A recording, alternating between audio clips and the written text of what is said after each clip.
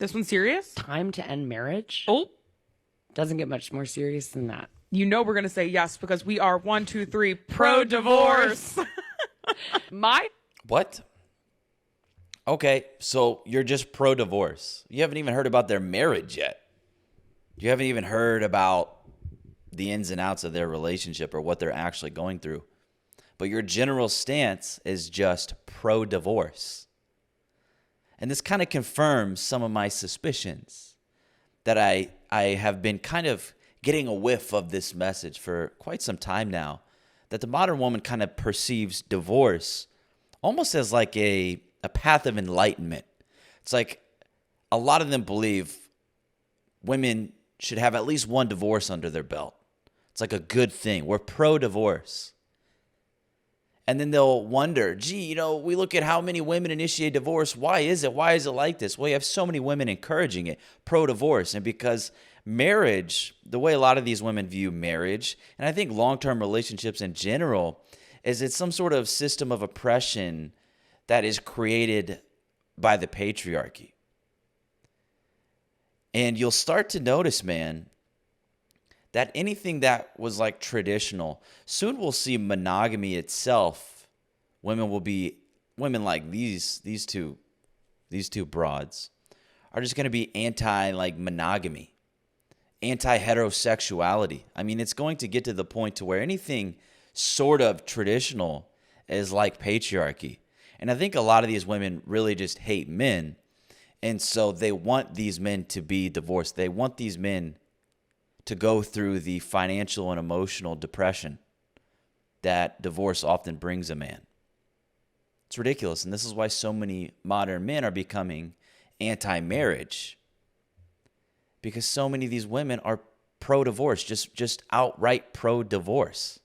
It's crazy. They're pro-abortion, pro-divorce. And look, I voted today. So I'm going to make this a little bit political. These are obviously leftists. These are obviously feminists. It's very obvious. And more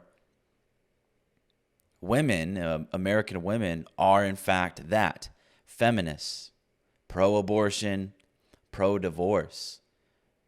This woman is wearing a shirt that says guns, not guns, right? So obviously this is a political thing. You can't really see it right now, but you will. And she's wearing a muscle shirt. I don't know what she's trying to, what her message here is.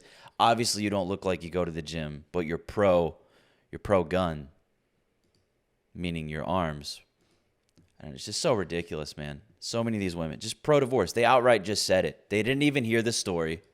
They didn't even hear how atrocious this marriage might be. And yet, just outright, no, we're pro-divorce. For no reason. It's just how we feel. Okay. Well, thank you for confirming my suspicion. And thank you for validating my stance. And it's that, no, men are not necessarily the problem and are not necessarily the reason women are initiating divorce so much.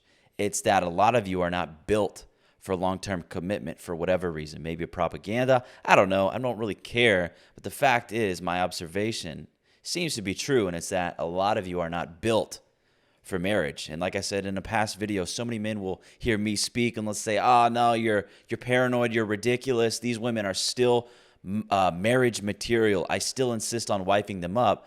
Oh, and then they get divorced or cheated on. They're like, oh, what happened?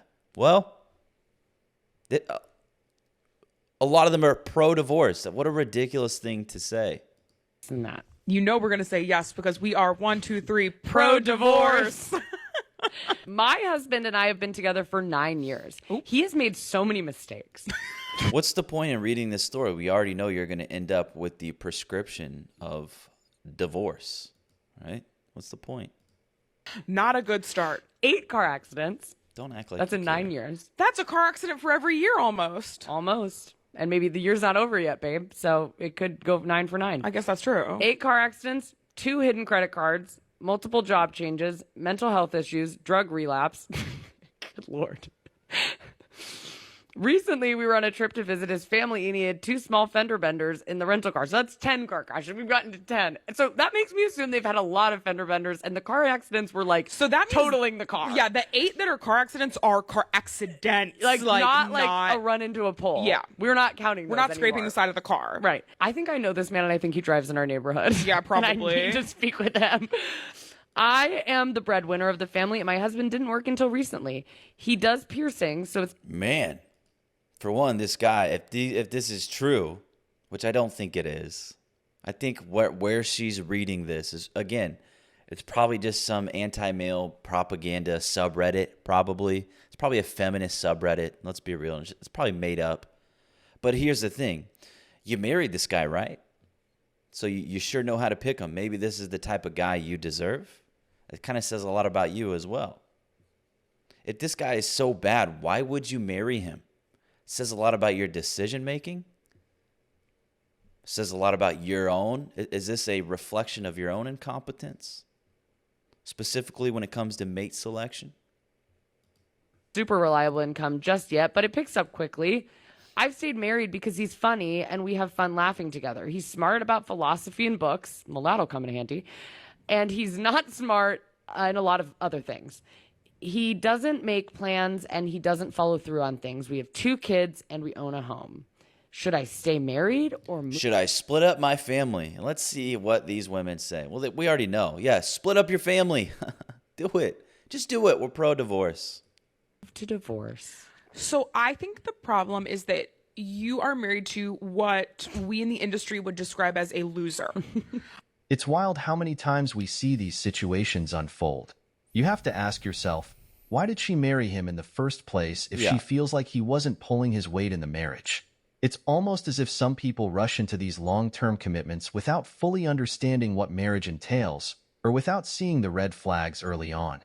That last clip was so shocking to me because I just don't think that I've ever actually heard these women outright say we're pro-divorce.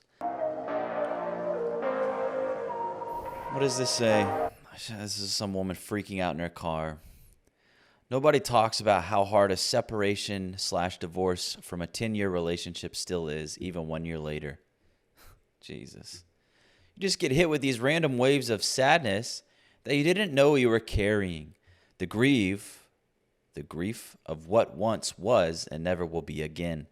That constantly having to see each other because you have kids is draining but also wholesome at the same time.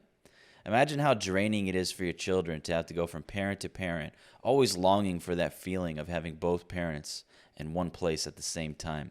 And really the only time they will experience it is when they're being passed from one parent to the other.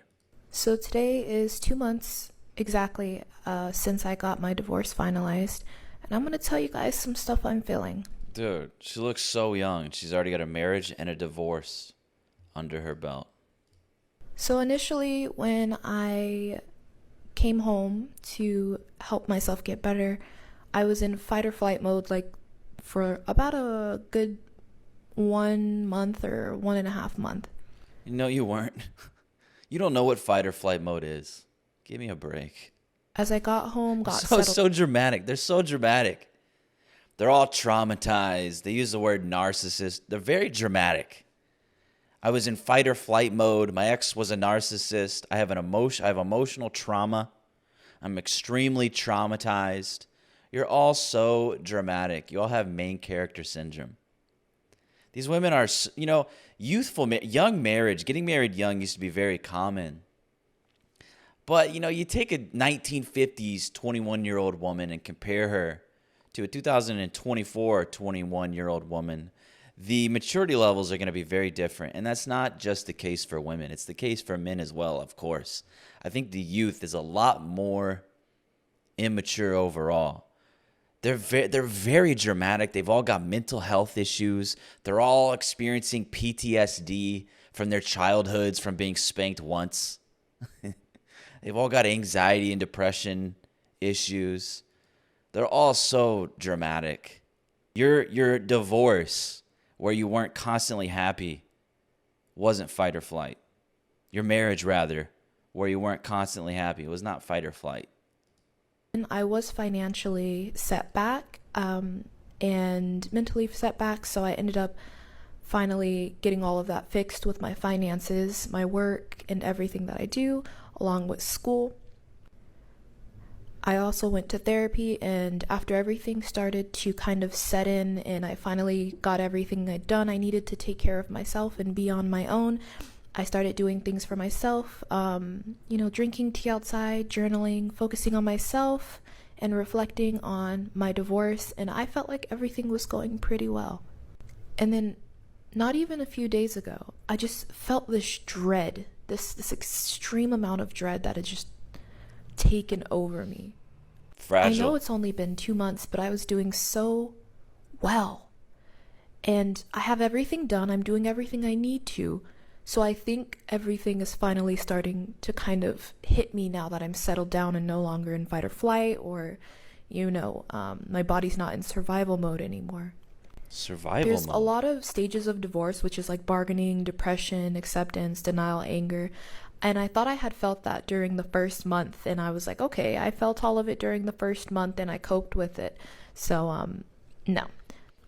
I guess it came back around, and it doesn't even feel like a specific stage of grief. I can't understand what I'm feeling right now. It's just... What are you talking about? It's too shocking for me, to finally kind of just realize that all of this has happened, and I'm in a place where I can sit and think about it, and I'm finally taking it in without having to stress about outside factors. Do any of you guys even really know what she just said? She just said a lot of words, but she didn't actually really say anything. It took nothing away from that. Just a lot of them are very fragile, man. They all insist they're traumatized. They talk about fight or flight. I just think a lot of them are very weak. And that's unfortunate that that's true, but they are very fragile. Safe space. You say the wrong word, they all get really offended. I think it comes from a lot of these colleges that insist on making everything politically correct. Man, if Generation Alpha is any worse in terms of, fragility, if they're worse than Generation Z, that's going to be a big problem. We'll see how this whole thing plays out. But we got to toughen these people up a little bit. You're minding my motherfucking business. Just finished my morning sessions with all of you. And there's a man that emailed me, and I can't share the email because he's yapping about what company he's from and other bullshit. He's like, I want to know why women aren't married. I want to know why there's so many single women in this world. I want to know why nobody wants to get married anymore. Like you're on TikTok. I see your videos. I've seen my wife watching your videos. You seem like you know what you're talking about, a few things, but some things I just don't understand about you. Why don't women want to be married? Why are women choosing to be single now? I want to know. Okay? And I'm like, okay, sir, you want to know? Let me give you one fucking reason. And this happened this morning that I went and checked my inboxes, checked my DMs, checked my emails. In my inbox, I have a plethora of married men wanting to get a little bit of OG. And I guarantee you that this is the same thing other women are running into. The most single motherfucking man in America is a married man. Married men are so sloppy. Married men have no shame.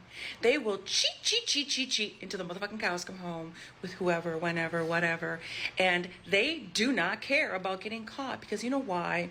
Because there are so many women dealing and accepting the bare fucking minimum from men. So, sir. Well, a lot of men are being denied sex from their wives in their marriages. So I think that's why a lot of these men probably are like sex deprived.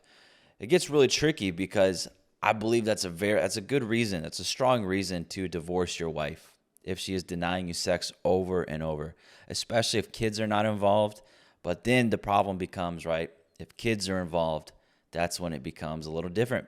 Becomes different because if you divorce her, that's splitting up the family, and it gets tricky. So I think a lot of men, what happens is they choose to stay in the marriage, but they might cheat. And that sucks.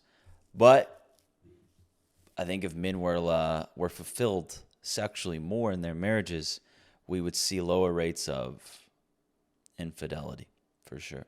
Being in long-term community with men usually means turning off a part of your brain. So I'm being so fucking for real when I say this. If I'm not paying you for something and you're not paying me for something and neither one of us is required to be in the other's company, you will not see me in relation with a man. The reason Oh, is that why? Is that why you will not ever be seen in a relationship with a man? It couldn't be. It couldn't have anything to do with the fact that you look like... believe in non-transactional relationships with men is because men don't believe in non-transactional relationships. You know what? Actually, you don't qualify to have an opinion on relationships. You just don't. I've read your application, looked through it. You don't have the experience or the appearance. So I'm going to end the video there. If you enjoyed it, leave a subscription and a like, and I'll see you next time.